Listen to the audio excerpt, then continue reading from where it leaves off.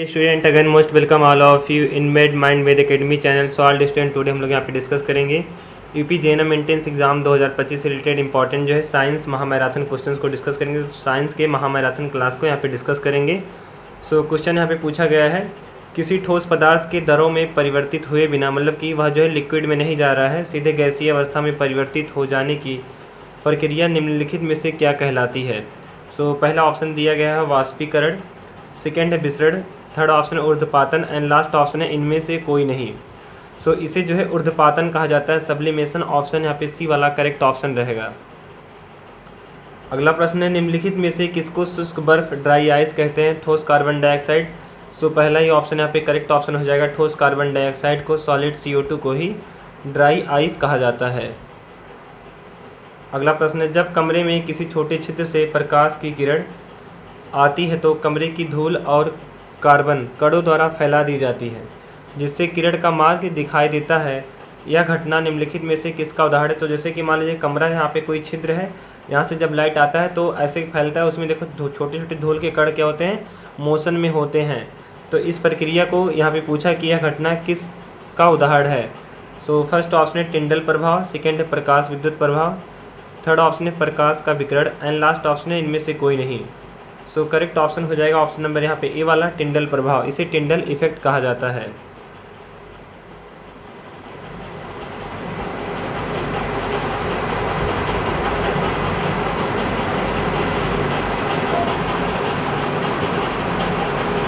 Wait थोड़ा सा रुकिएगा 1 minute. यहाँ पे फोर्थ का जो यहाँ पे टिंडल इफेक्ट जो इसका हो जाएगा, फोर्थ का वाष्पीकरण हो जाएगा एंड फिफ्थ का आंसर ए वाला रहेगा और थर्ड का वहाँ पे आंसर जो ए वाला रहेगा। अब यहाँ पे आठवां आ गया। तो आठवां क्वेश्चन पूछा गया है, मोमबत्ती के जलने की प्रक्रिया में कौन सा से परिवर्तन होता है।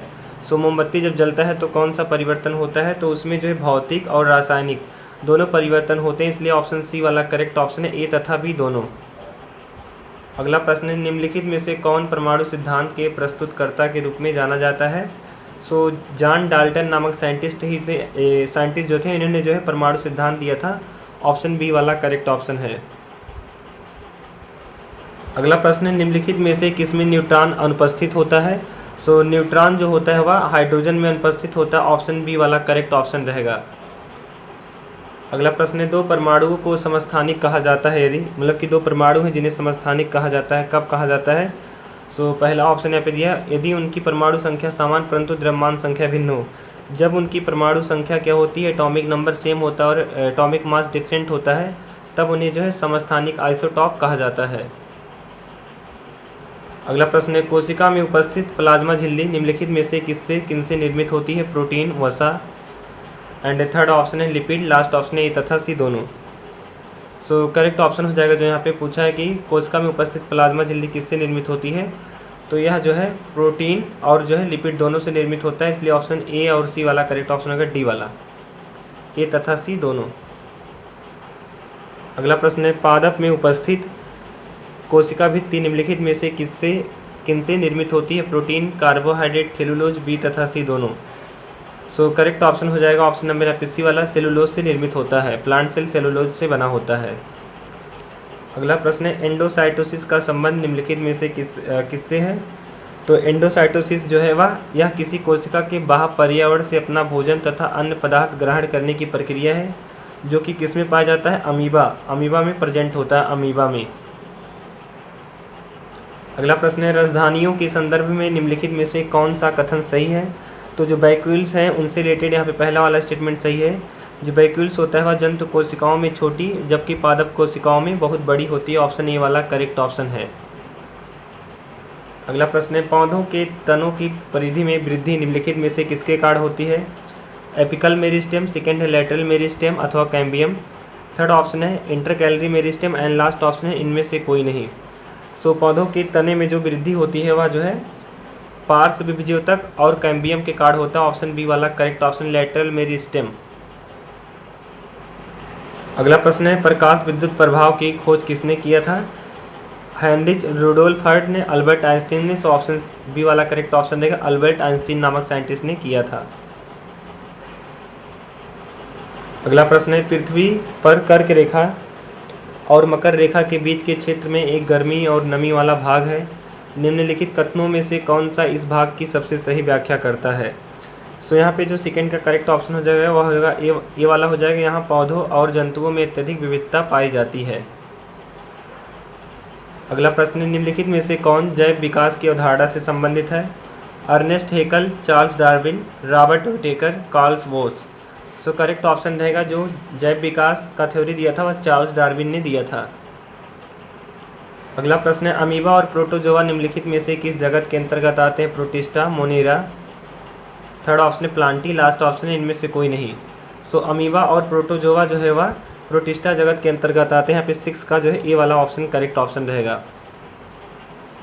अगला प्रश्न है, निम्नलिखित में से कौन सा उभयचर नहीं है? मेढक, toad, salamander and last option दिया है दरियाई घोड़ा। तो उभयचर नहीं, उभयचर ऐसे जंतु होते हैं जो कि कहाँ पाए जाएँ? भूमि पर भी पाए जाएँ, भूमि प्लस जल दोनों जगह पर पाए जाते हैं, उन्हीं को क्या कहा जाता है? उभयचर कहा जाता है। मतलब कि स्थल जलचर पाए जाते हैं। तो यहाँ पे जो पूछा है कौन सा उभयचर नहीं है, सो करेक्ट ऑप्शन हो जाएगा ऑप्शन नंबर यहाँ पे डी वाला जो दरियाई घोड़ा है, ये क्या उभयचर नहीं है। अगला प्रश्न है, निम्नलिखित में से कौन सा सरीसृप वर्ग का जंतु नहीं है? कछुआ, ऑस्ट्रिच। थर्ड ऑप्शन है उड़न छिपकली एंड लास्ट ऑप्शन है किंग कोबरा। सो करेक्ट ऑप्शन हो जाएगा बी वाला ऑस्ट्रिच। अगला प्रश्न है, निम्नलिखित में से कौन सा जंतु स्तनपायी नहीं है? तो फर्स्ट ऑप्शन है seal, second whale, third option है मगरमच्छ एंड लास्ट ऑप्शन है डॉल्फिन। सो करेक्ट ऑप्शन हो जाएगा यहाँ पे हम लोग का ऑप्शन नंबर जो है 19 का सी वाला हो जाएगा, मगरमच्छ। यही क्या है? मगरमच्छ क्या है? स्तनपायी नहीं है। अगला प्रश्न है, स्थिति में परिवर्तन एक गति है, इसकी व्याख्या निम्नलिखित में से किन रूपों में की जा सकती है? तय की गई दूरी, विस्थापन एंड थर्ड ऑप्शन दिया यहाँ पे ए और बी दोनों एंड लास्ट ऑप्शन है इनमें से कोई नहीं। सो यहाँ पे जो करेक्ट ऑप्शन हो जाएगा वह हो जाएगा हम लोग का ऑप्शन नंबर पहला वाला। यहाँ पर फर्स्ट का जो है सी वाला ऑप्शन हो जाएगा। यहाँ पर जो है ए तथा बी दोनों तय की गई दूरी और विस्थापन के द्वारा, ऑप्शन सी करेक्ट ऑप्शन है। अगला प्रश्न है, निम्नलिखित में से कौन एक त्वरण का मात्रक है? तो त्वरण का जो मात्रक होता है वह मीटर सेकेंड स्क्वायर होता है। क्या होता है? Metre second square. ऑप्शन यहाँ पे डी वाला करेक्ट ऑप्शन है। अगला प्रश्न है, स्वतंत्र रूप से गिर रही एक वस्तु की गति निम्नलिखित में से किसका उदाहरण है? कोई वस्तु है जो कि स्वतंत्र रूप से गिर रही है तो उसकी गति जो है वह एक समांतरित गति का उदाहरण होगा। ऑप्शन ए वाला करेक्ट ऑप्शन हो जाएगा। अगला प्रश्न है, निम्नलिखित में से बल का एसआई मात्रक कौन सा है? तो बल का एसआई मात्रक होता है kilogram metre second square. Option C वाला करेक्ट ऑप्शन है। अगला प्रश्न यहाँ पे है, निम्नलिखित में से कौन सा संवेग का एसआई मात्रक है? तो संवेग का जो एसआई मात्रक होता है वह जो है किलोग्राम मीटर सेकेंड इनवर्स होता है। ऑप्शन यहाँ पे बी वाला करेक्ट ऑप्शन रहेगा। अगला प्रश्न है, पृथ्वी पर गिरती कोई वस्तु पृथ्वी की ओर आकर्षित होती है। गति के तीसरे नियम के अनुसार वस्तु भी पृथ्वी को आकर्षित करती है, परंतु हम पृथ्वी को वस्तु की ओर गति करते नहीं देख पाते। इस बात की व्याख्या निम्नलिखित में से किससे की जा सकती है? तो इस बात की व्याख्या जो है वह न्यूटन के जो है द्वितीय सेकेंड ला से किया था, जो कि एम इंटू ए का ला होता है। बल तथा संवेग के मध्य का नियम होता है। अगला प्रश्न है, सार्वत्रिक गुरुत्वीय स्थिरांक कैपिटल जी का मान निम्नलिखित में से कितना होता है? सो यहाँ पे जो करेक्ट ऑप्शन हो जाएगा बी वाला 6.673 × 10⁻⁻11। अगला प्रश्न है, कागज की एक शीट तथा एक पत्थर को एक साथ समान ऊंचाई से पृथ्वी पर छोड़ने पर निम्नलिखित में से क्या होगा? तो कोई कागज की शीट है और एक पत्थर है जिसको हम क्या करेंगे, एक समान ऊंचाई से अगर छोड़ते हैं तो वह दोनों क्या होंगे? यहाँ पे जो है कागज जो होगा, कागज पर लगने वाले घर्षण बल के कारण वह पत्थर के बाद जमीन पर पहुंचेगा। ऑप्शन बी वाला करेक्ट ऑप्शन रहेगा पांचवे का। अगला प्रश्न यहाँ पे है, चंद्रमा पर किसी वस्तु का भार पृथ्वी पर भार की तुलना में क्या होगा? तो वह जो है 1/6वां भाग होता है। ऑप्शन बी वाला करेक्ट ऑप्शन है। अगला प्रश्न है, रेत में खड़े होने पर किसी व्यक्ति के पैर रेत में धंस जाते हैं, लेकिन लेटने पर उसका शरीर अपेक्षाकृत कम धंसता है, क्योंकि? तो यह जो है किस कारण होता है? यह जो है बल योग्य पृष्ठ का क्षेत्रफल और व्यक्ति का भार दोनों घट जाते हैं, इसी कारण होता है। अगला प्रश्न है, यदि प्रकाश के पथ पर अपारदर्शी अत्यंत छोटी वस्तु को रख दिया जाए तो प्रकाश सरल रेखा में चलने की बजाय इसके किनारों पर मुड़ जाता है। प्रकाश के इस प्रभाव को क्या कहते हैं? सो इसे जो है प्रकाश का विवर्तन कहा जाता है। ऑप्शन ए वाला करेक्ट ऑप्शन रहेगा। अगला प्रश्न है, प्रकाश के क्वांटम सिद्धांत के अनुसार प्रकाश की प्रकृति क्या होता है? तो प्रकाश के क्वांटम सिद्धांत के अनुसार प्रकाश की प्रकृति यह होती है कि ना तो कण के समान होता है और ना ही तरंग के समान होता है। अगला प्रश्न है, आपतन कोण जो होता है वह परावर्तन कोण के बराबर होता है एवं आपतित किरण दर्पण के आपतन बिंदु पर अभिलंब तथा परावर्तित किरण सभी एक ही तल में होते हैं। उपरोक्त विवरण प्रकाश के किस नियम और घटना से संबंधित है? सो यह जो है प्रकाश के परावर्तन से संबंधित है। ऑप्शन बी वाला करेक्ट ऑप्शन है। अगला प्रश्न है, गोलीय दर्पण के संबंध में कौन सा कथन असत्य है? तो जो गोलीय दर्पण होता है उससे रिलेटेड यहाँ पे जो स्टेटमेंट असत्य है, गलत है, वह ऑप्शन सी वाला है। उत्तल दर्पण द्वारा वस्तु का प्रतिबिंब वास्तविक तथा उल्टा बनता है। तो उत्तल दर्पण द्वारा जो प्रतिबिंब बनता है वह रियल इमेज बनता ही नहीं है, वह क्या बनता है? वर्चुअल इमेज बनता है। अगला प्रश्न है, किसी छोटे दर्पण की सहायता से ऊंचे भवन या पेड़ की पूर्ण लंबाई का प्रतिबिंब देखा जा सकता है। तो ऐसा कौन सा दर्पण यूज करेंगे जिससे हम ऊंचे भवन या पेड़ की पूर्ण लंबाई का प्रतिबिंब देख सकें? सो यहाँ पे करेक्ट ऑप्शन हो जाएगा बी वाला उत्तल दर्पण, कॉन्वेक्स मिरर। क्या करेंगे? कॉन्वेक्स मिरर का यूज करेंगे। अगला प्रश्न है, निम्नलिखित में से कौन सा दर्पण वाहनों में पश्च दृश्य देखने के लिए वाहनों के पार्श्व में लगा होता है?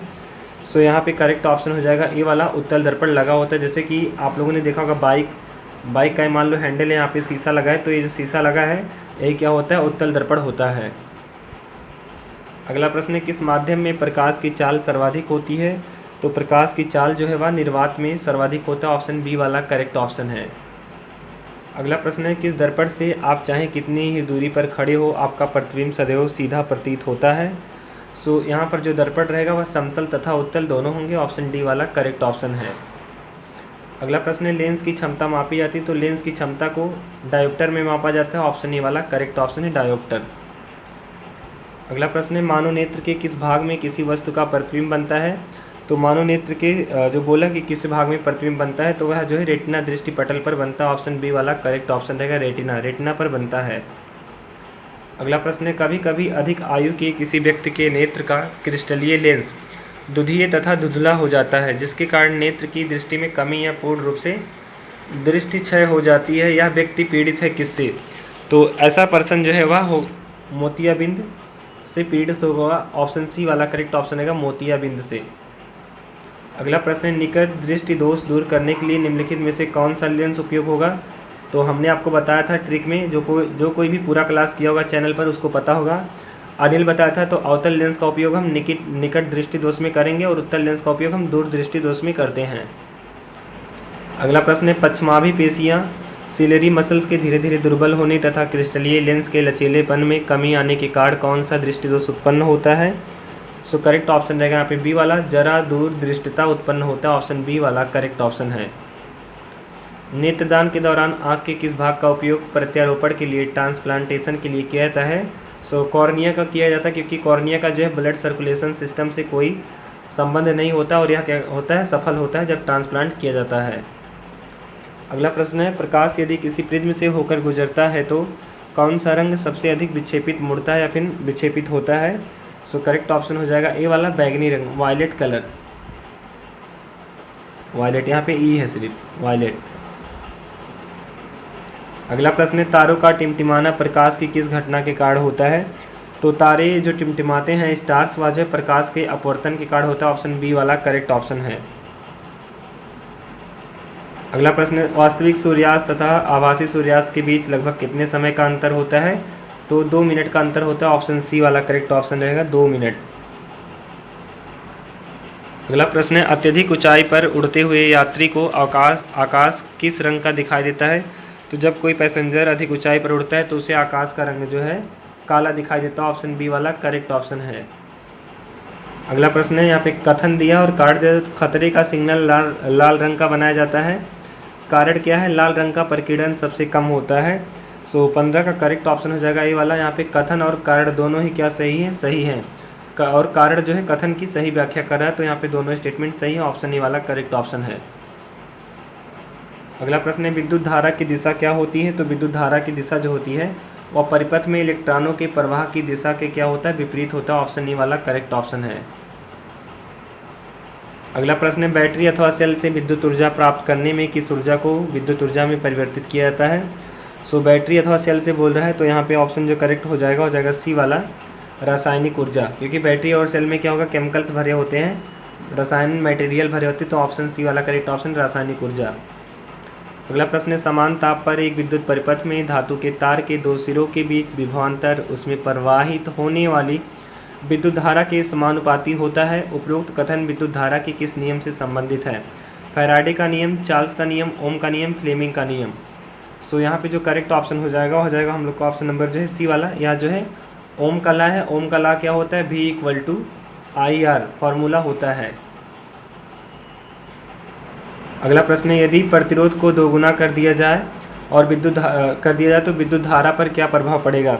अगर हम प्रतिरोध को दोगुना करते हैं तो विद्युत धारा जो हो जाएगा वह आधा हो जाएगा। ऑप्शन बी वाला करेक्ट ऑप्शन है। अगला प्रश्न यहाँ पे जो है विद्युत बल्बों के तंतुओं के निर्माण में किस धातु का प्रयोग किया जाता है? सो यह क्वेश्चन जो है सीनेट में पूछा हुआ क्वेश्चन है 2025 में। सो इसलिए जो यहाँ पे धातु यूज किया जाएगा वह टंगस्टन यूज किया जाएगा। इसका क्या होता है? उच्च प्रतिरोध, इसका जो है उच्च प्रतिरोध होता है और निम्न गलनांक। इसको थोड़ा सा आप लोग देख लीजिएगा। धातु तो करेक्ट रहेगा बट यहाँ पे उच्च प्रतिरोध निम्न गलनांक आई थिंक यही होता है। लो मेल्टिंग पॉइंट होता है और जो हाई रेजिस्टेंस होता है गलनांक। अगला प्रश्न है घरों में विद्युत परिपथ को किस क्रम में लगाया जाता है? सो घरों में विद्युत परिपथ को जो लगाया जाता है वह जो है पार्श्व क्रम समांतर क्रम में लगाया जाता है जिससे बिजली की बचत हो। अगला प्रश्न है एक तार में बहती विद्युत धारा एवं विभवांतर प्रत्येक को दोगुना बढ़ा दिया जाए तो विद्युत शक्ति क्या होगी? तो विद्युत शक्ति जो होगा वह 4 गुनी बढ़ जाएगी। अगला प्रश्न है विद्युत धारा के चुंबकीय प्रभाव को सर्वप्रथम किसने अवलोकित किया था? सो करेक्ट ऑप्शन हो जाएगा बी वाला ऑस्टेड नामक साइंटिस्ट ने। अगला प्रश्न है यदि किसी तार में प्रवाहित विद्युत धारा के परिणाम में वृद्धि होती है तो किसी दिए गए बिंदु पर उत्पन्न चुंबकीय क्षेत्र परिमाण पर क्या प्रभाव पड़ेगा? सो यहाँ पे जो करेक्ट ऑप्शन हो जाएगा 3 का वह हो जाएगा हम लोग का ऑप्शन नंबर ए वाला। जो विद्युत चुंबकीय बिंदु किसी दिए गए बिंदु पर उत्पन्न चुंबकीय क्षेत्र पर जो परिमाण पड़ेगा वो क्या होगा? बढ़ेगा। ऑप्शन ए वाला करेक्ट ऑप्शन है। अगला प्रश्न है निम्नलिखित में से कौन सा किसी लंबे विद्युत धारावाही तार के निकट चुंबकीय क्षेत्र का सही वर्णन करता है? सो करेक्ट ऑप्शन हो जाएगा बी वाला। चुंबकीय क्षेत्र की क्षेत्र रेखाएं तार के समांतर होती हैं, यही जो करेक्ट वर्णन करता है। अगला प्रश्न है विद्युत मोटर एक ऐसी युक्ति है जो परिवर्तित करता है किसे? तो विद्युत मोटर एक ऐसी युक्ति है जो कि यांत्रिक ऊर्जा को विद्युत ऊर्जा में कन्वर्ट करता है। ऑप्शन यहाँ पे यांत्रिक नहीं, विद्युत मोटर जो है विद्युत ऊर्जा को यांत्रिक ऊर्जा में, मतलब कि जब विद्युत जाएगा तभी तो यंत्र जो है कार्य करेगा। तो ऑप्शन बी वाला करेक्ट ऑप्शन है विद्युत ऊर्जा को यांत्रिक ऊर्जा में। अगला प्रश्न है नीचे दिए गए कथनों में से कौन सी विद्युत चुंबकीय प्रेरण की परिघटना है? सो ऑप्शन बी वाला करेक्ट ऑप्शन रहेगा किसी कुंडली में विद्युत धारा प्रवाहित होने के कारण चुंबकीय क्षेत्र उत्पन्न करने की प्रक्रिया ही विद्युत चुंबकीय प्रेरण की परिघटना है। अगला प्रश्न है विद्युत जनित्र इलेक्ट्रिक जनरेटर किसे परिवर्तित करता है? सो यह जो है यांत्रिक ऊर्जा को विद्युत ऊर्जा में परिवर्तित करके, क्योंकि जब जनरेटर चलता है तभी लाइट प्रोड्यूस होता है, तभी मकान या फंक्शन वगैरह जो भी होगा वहाँ पे लाइट भेजा जाता है। अगला प्रश्न है हमारे घरों में जो विद्युत की सप्लाई की जाती है वह कितने वोल्ट तथा हर्ट्ज पर होती है? सो करेक्ट ऑप्शन हो जाएगा ये वाला 220 वोल्ट और 50 हर्ट्ज। अगला प्रश्न है किसी पदार्थ का उपचयन होता है यदि उसमें क्या हो? तो किसी पदार्थ का उपचयन होता है तब जब उसमें ऑक्सीजन की वृद्धि हुई हो तब।